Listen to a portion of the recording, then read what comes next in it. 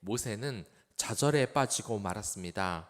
하나님의 말씀을 바로에게 선포했는데 그것이 오히려 이스라엘 백성을 힘들게 했기 때문입니다.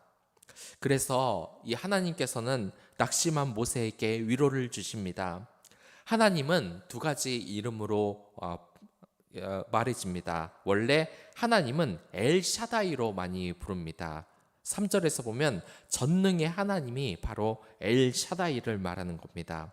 이 세상에서 하나님이 못하실 일은 없는 겁니다. 어떤 이단은 하나님이 구약에서는 잔인한 성격을 가지고 계시다가 신약 시대에 와서 온화한 하나님으로 성장, 발전을 했다고 이야기하는데, 이 속뜻은 하나님이 완전하다는 뜻을 부정하고 있습니다. 그러나 하나님은 전지전능한 하나님입니다. 마귀와 싸울 때 패배할 일도 없고 못하는 일도 없으십니다.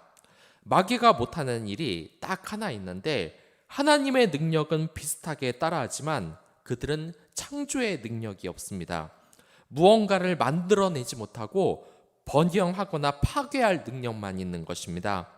이렇게 전능의 하나님, 엘샤다이의 하나님이 있습니다. 그리고 여기에서 3절에서 보면 하나님께서 사람들에게, 이삭과 야곱에게 전능의 하나님으로만 나타났으나 나의 이름을 여호와라고 그들에게 알리지는 않았다고 합니다. 이 여호와라고 불리는 하나님의 또 다른 특성이 있는데 그것이 바로 이 여호와라는 겁니다. 이 여호와 하나님은 전능의 하나님이 아니라 약속의 하나님이라는 뜻을 가지고 있습니다. 약속한 것은 반드시 지키는 언약의 하나님이라는 것이죠. 이 세상에는 권력자들이 정말 많이 있습니다. 많은 사람들이 그의 힘을 의지하고 싶어 합니다. 하지만 정말 이 세상에 강한 권력자라고 하더라도 나하고 상관이 없으면 아무 상관이 없습니다. 이 전능의 하나님이 이 세상에 어떤 일도 다 할 수 있어도 결국 나와 상관이 없으면 그런 하나님 때문에 내 미래에 무엇이 나아질까, 좋아질까 하는 그러한 바람은 절대로 가질 수가 없는 것입니다. 이 마귀가 왜 하나님을 대적하겠습니까? 그건 그들이 하나님과 상관이 없기 때문에 그렇습니다. 하나님은 마귀를 사랑하지 않으십니다. 그들을 구원하지도 않으십니다. 그러나 우리는 하나님과 상관이 있어요. 하나님께서는 이스라엘 민족을 출애굽시켜서 구원하시겠다는 약속을 세웠습니다. 그 약속은 꼭 이루어져요. 그렇기 때문에 하나님은 2절에서 보듯이 나는 여호와 하나님, 즉 언약의 하나님, 너희들과 약속이 있고 그것을 지키는 하나님이라고 이야기를 하는 것입니다. 여러분들, 만약 하나님이 나의 삶에 상관이 없는 분 같은 생각이 든다면 그분이 언약의 하나님이라는 것을 여러분들 꼭 기억해 주시기 바라겠습니다. 약속의 하나님이라는 것은 약속을 모른 척하고 가시는 분이 아니라는 뜻입니다. 저는 이 고등학교 때 한 친구에게 돈을 빌려준 적이 있습니다. 그런데 그때 친구들은 별로 경제관념이 없어서인지 그 돈이 크게 느껴지지 않아서인지 빌려가고 돈을 갚는 친구들이 거의 없었습니다. 한 번은 이 돈을 빌려달라는 말에 제가 그냥 돈이 없다고 한 적이 있어요. 그러자 옆에 있는 친구가 돈이 있으면서 왜 돈을 빌려주지 않냐고 물어봤습니다. 저는 그때 대부분 돈을 빌려줘도 갚지 않기 때문이다 라고 말을 하니까 자신은 꼭 갚겠으니 돈을 빌려달라고 하더라고요. 그리고 다음 날이 되자 정말 돈을 갚는 겁니다. 이 친구는 금전관계가 늘 확실했는데 나중에 알고 보니 아버지가 목사님이더라고요. 저는 그때 교회를 다니니까 약속을 지키는 것인가, 지금 생각해 보면 그래서 언약의 하나님인가 하는 생각이 들기도 합니다. 물론 집사님이 돈을 떼먹고 달아나는 사건이 뉴스에서 나온다는 것 저도 알고 있습니다. 그건 잘못 믿는 경우고 그 당시 그리스도인은 정직하다는 그런 생각을 늘 가지고 있었던 것 같습니다. 그러나 제가 분명하게 말하는데 성도들과 돈을 빌려주는 돈거래는 절대로 하지 마시기 바랍니다. 이것은 성경에서도 금하고 있는 일이라는 것을 여러분들 꼭 아시길 바라겠습니다. 그러니까 이 여호와 하나님이란 우리가 안전하게 미래에 계약을 했다는 의미입니다. 창세기 15장을 보면 횃불 언약이 나옵니다. 이건 고대에 고기를 쪼개어 그 사이를 지나가게 함으로써 만약에 이 언약을 지키지 않는다, 그러면은 죽음의 징벌, 너를 갈라버리겠다고 하는 아주 무서운 경고가 들어있는 것입니다. 이 약속이 정말 얼마나 소중한 것인지 아십니까? 보통 사람들은 약속 시간도 잘 지키지 않습니다. 약속 시간보다 대부분 한 10분이 늦어요. 그렇기 때문에 이제 대부분의 사람들은 약속 시간에 사람들이 늦게 올 거라고 생각을 합니다. 심지어 영화관을 가도 그 상영 시간보다 10분 후에 상영을 합니다. 이런 경우야 그냥 여유 있게 기다릴 수는 있습니다. 하나님이 사람처럼 약속을 늦추시면 그건 큰일 나는 겁니다. 인간 사이에서는 10분 늦는 게 괜찮지만 하나님이 약속을 미룬다, 까먹다 하는 것은 정말 우리 인생에서 큰 타격이 되는 것입니다. 그래서 예전에 이런 말이 있었습니다. 어떤 남자가 하나님과 대화를 하는데 하나님에게 한 가지 질문이 있어서 물어봅니다. 하나님께서는 뭐냐고 묻습니다. 그러자 하나님께서는 1000년이 하루 같다고 하셨지요? 이러니까 하나님께서 그렇다고 말씀을 하십니다. 그러면 1억 원도 1원 같으시겠네요. 하자 그렇다고 합니다. 그럼 저에게 1원만 주세요. 그러자 하나님이 알았다 하면서 하루만 기다리라. 이 이야기는 인간에게 적용을 하면은 정말 무서운 뜻이 담겨져 있습니다. 제가 들은 이야기인데 목회자들 중에서 이제 그만둔다고 하니까 담임 목사님에게 좀 이분이 미움을 받았나 봅니다. 그래서 이제 떠나야 되는데 그 떠나는 자리에서 이런 이야기를 했다고 합니다. 네가 여기에서 잘했다고 해도 그 잊혀지는 거 금방이다. 저도 그런 걸 느낍니다.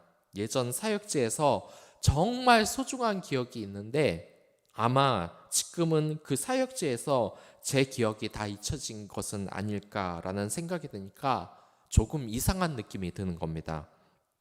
이 사회가 다 그렇습니다. 이 사회에서 자신의 역할을 중요하다고 생각을 해도 사실 나 하나 없어도 그냥 돌아간다고 생각하는 것이 이 사회 공동체의 특징입니다.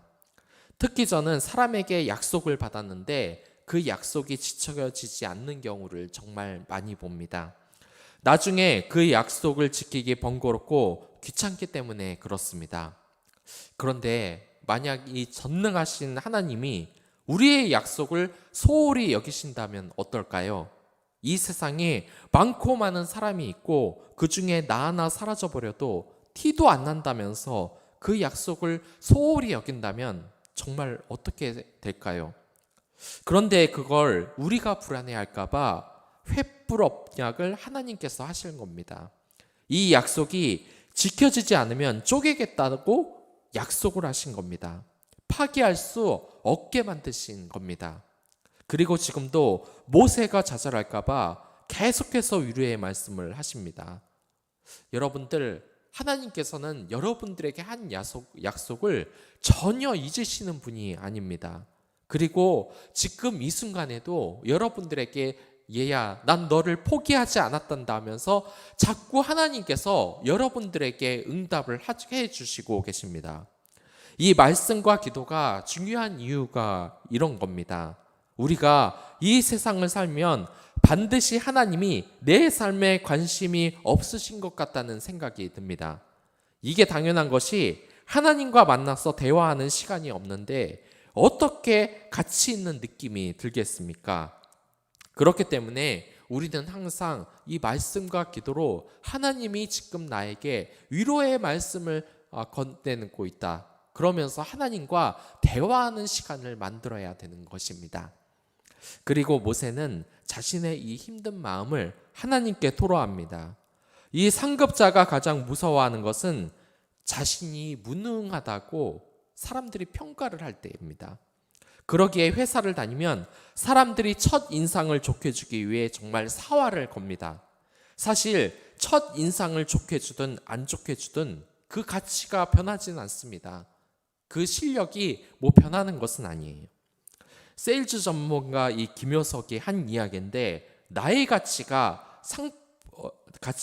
올라가면 이 상품의 가치가 올라가고, 나의 가치가 떨어지면 상품의 가치도 떨어진다고 이야기를 합니다. 나의 가치를 올리면은 이 상품의 가치가 올라가고, 덩달아 모든 일이 순조롭게 진행이 된다는 것이죠. 만약 라면이라는 상품이 있습니다. 이 라면이 분식점에서 끓이면 얼마일까요? 약 3,500원 정도일 겁니다. 이 라면을 호텔에서 끓인다면 얼마일까요? 최소 10,000원이고 20,000원 정도 할 수도 있을 겁니다. 이게 바로 사람이 가지고 있는 가치의 차이라고 할 수 있습니다.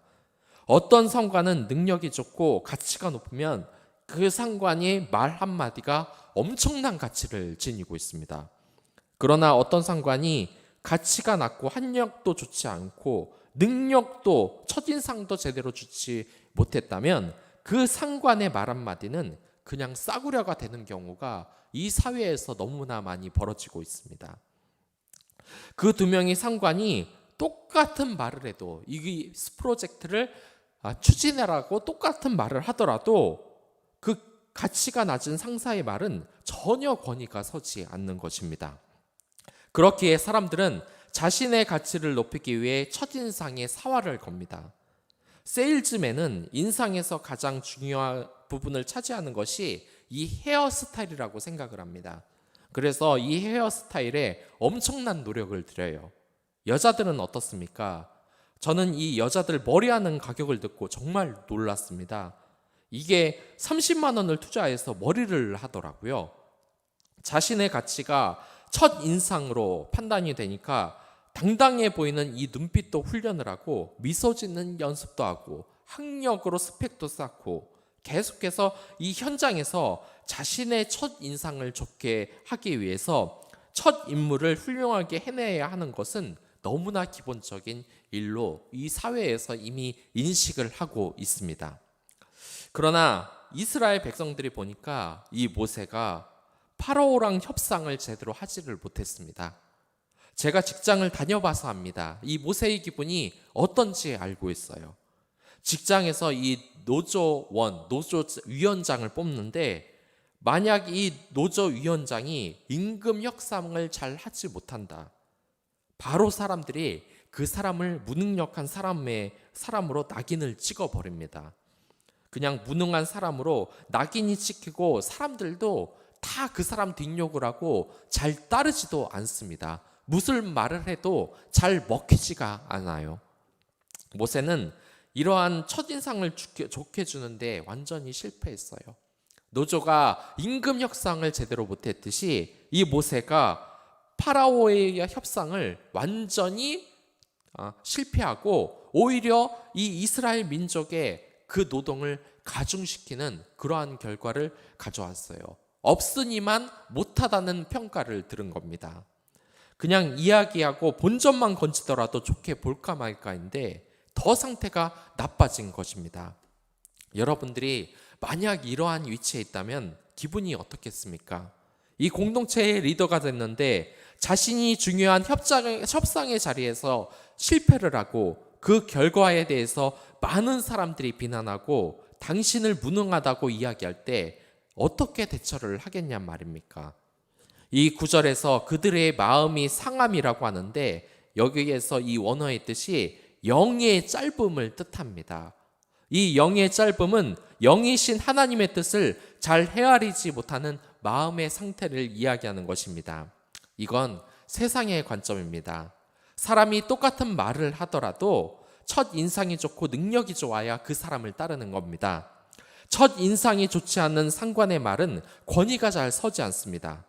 그렇기에 정신위의 상담 이야기를 들어보면 상담하는 사람들 중 고위층 중에서 자신감이 떨어지고 우울증에 빠져서 오는 환자들도 많다고 합니다. 사실 엄밀하게 말해서 첫인상이 좋든 나쁘든 시간이 지나면 능력은 비슷한 경우가 많습니다. 저도 이러한 일을 겪어본 적이 있습니다. 이 공동체에서 좋은 인상을 주는데 실패를 하다 보니까 이게 마음에 영향을 주더라고요. 말을 할 때도 확고하게 말이 잘 안 나와요. 말을 더듬기도 하고 말의 발음이 정확하지 않고 말이 꼬이기도 합니다. 바로 이 모세가 그렇습니다. 이 모세는 권위가 아예 땅바닥으로 추락을 해버리고 말았어요. 자신감을 잃은 리더들의 특징 중 하나가 바로 말을 잘 못하는 겁니다. 그래서 이 모세는 다시 한번 하나님에게 12절에서 나와 있듯이 입이 둔한 자라고 이야기를 하고 있습니다. 그런데 여러분들, 이 모세가 정말 말을 못하는 사람일까요? 절대 그렇지 않습니다. 이 파라오의 교육을 받은 사람은 말하는 법에 대해서도 당연히 교육을 받습니다. 그리고 요세푸스 역시 이 모세가 자신감 넘치고 대단한 능력을 가진 사람이라고 평가를 하고 있어요. 하지만 이렇게 협상에 실패하고 또 예전의 왕자로서도 실패하고 많은 사람들이 수군거리는 겁니다. 저거 왕자로서도 쫓겨나고 뭐 하나 달라진 거 있는 것 같아서 불러봤더니만 여전히 똑같네. 파라오의 협상도 실패하고 제 따라가다간 우리가 다 죽겠다. 이런 말로 수군수군 거렸을 겁니다. 이 모세는 자신감을 완전히 상실해서 다시 한번 입이 둔한 자라고 이야기를 합니다. 당연히 그럴 수밖에 없죠. 자기 편 자기 백성도 자기 말을 안 듣는데 바로에게 가서 다시 하나님 말씀을 선포한다고 이 말이 먹힐까요? 그러나 하나님께서는 그 일을 실행하라고 말씀을 하십니다. 여러분들, 우리가 바로 알아야 할 것이 있는데 이 악의 세력은 쉽게 자신의 이권을 포기한 적이 없습니다. 우리는 성경을 통해 이 악의 세력이 언젠가 멸망할 것이라는 것을 모두 알고 있습니다. 그러나 그들은 성경의 예언이 어떻든지 그것을 믿지 않는 것이 분명합니다. 믿었다면 어떻게든 회개하고 되돌릴 방법을 찾았겠지요. 아니요, 믿었다면은 아예 하나님에게 반하는 그런 행동, 쿠데타를 일으키지도 않았을 겁니다. 이 악의 세력들은 결코 자신이 패배할 거라고 생각을 하지 않습니다. 지금도 그렇습니다. 이 악의 세력의 힘이 강하게 느껴지는 것은 그 세력 자신이 하나님을 이길 수 있다고 착각을 하기 때문입니다. 한 25년 전에 한 사람이 그 영화에서 악마와 대화를 하는 장면이 나옵니다. 그 사람이 악마에게 이렇게 말합니다. 너희들은 지게 돼 있다고. 악마가 왜 그렇게 확신을 하냐고 물어보니까 이 사람이 성경에 그렇게 쓰여 있으니까, 그렇게 대답을 하니까 이 악마가 그러는 겁니다. 그건 자기들이 쓴 책이잖아. 여러분들, 지금 그러한 시도는 계속되고 있습니다. 성경이 진실한 책이 아니라 그냥 자기들이 쓴 책, 성경이 진실을 과장해서 쓴 내용이다라는 그런 말입니다. 여기에서 나오는 초자연적 이야기는 모두 과장이고 예수님은 그냥 위스를 좀 배운 성인일 뿐이다. 이 성경에 의하면 지구 역사가 7,000년인데 이게 말이 되느냐? 창조과학회의 말처럼 지구가 7,000년 된다는 주장은 설득력이 없다. 사실 이 목회자들도 성경에 써 있는 이 창조 영대를 어떻게 계산해야 될지 정확히 모릅니다.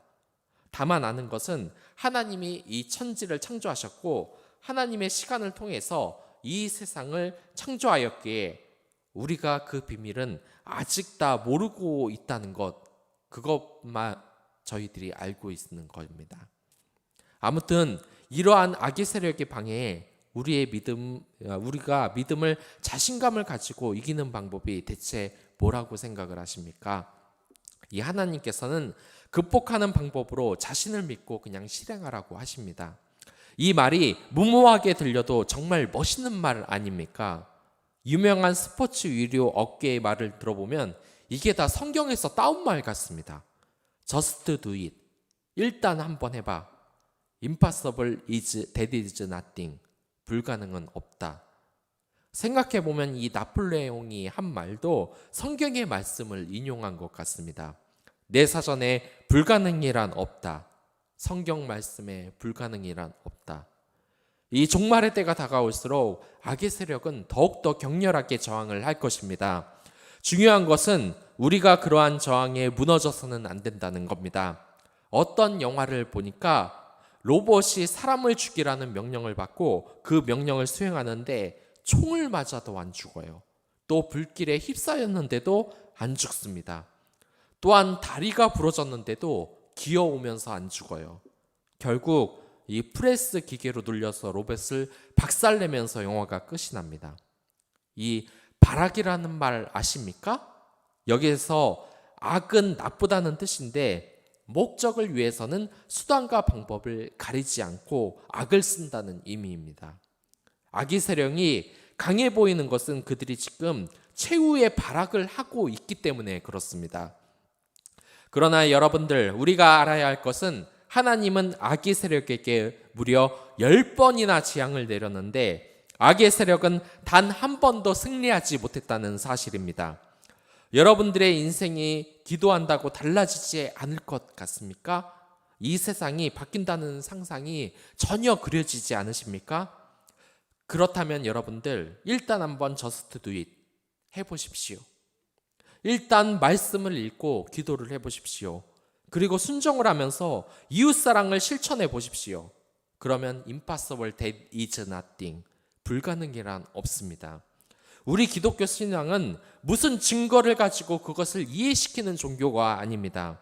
어디 전도를 하면서 하나님이 이 세상에 존재하는 이유를 과학적으로, 논리적으로, 이성적으로 한번 이해를 시켜 보십시오. 그걸 완벽한 논리로 설명을 하면 그 사람이 논리적으로 맞네 하면서 이성적으로, 합리적으로 교회에 다녀야 되겠다 하면서 교회에 출석을 합니까? 절대 그럴 일은 없습니다. 영화 배너의 감독은 그리스도의 흔적을 따라가 이것이 거짓임을 증명하려다가 결국 자신이 그리스도를 영접하게 됩니다. 그러면 그 사람 말대로 그가 정말 과학적인 증거를 찾아냈기 때문에 믿게 되었을까요? 저는 아니라고 봅니다. 과학적인 증거로 예수님을 믿는 것이 아니라 예수님을 믿고 나타나는 그 현상과 변화받은 사람들, 그리고 마음의 감동을 성령님께서 주셨기 때문에 믿은 것입니다. 만약 논리적으로 잘 설명을 해서 믿었다면 세계의 지식층들은 모두 예수님을 믿었을 것입니다. 하지만 믿는 것은 인간의 이성으로서 설명을 절대로 할 수 없는 것입니다. 믿음이란 그러한 것입니다. 이 과학적으로, 이성적으로 아무것도 안 된 상태인데 그냥 몸을 맡기고 뒤에서 나를 죽이려나 하는 그 사람을 피해서 몸을 맡기고 절벽에서 뛰어내리면 하나님이 나를 붙잡으실 거라는 그런 믿음 말입니다. 만약 여러분들이 정말 삶을 바꾸고 싶다면 일단 의심하지 말고 한번 실행해 보십시오. 그 일이 될지 안 될지 이미 경험한 그리스도인이 너무나 많습니다. 그리고 그 기적은 여러분들에게 반드시 일어날 것입니다. 여러분들은 무능하지 않습니다. 사단이 그렇게 느끼게 만드는 겁니다. 하지만 하나님께서는 여러분들과 함께한 그 횃불 언약을 잊지 아니하셨습니다. 일단 해보십시오. 일단 기도하고 찬양하고 예배에 참석해 보십시오. 일단 이웃사랑을 실천해 보십시오. 그리고 담대하게 나가십시오.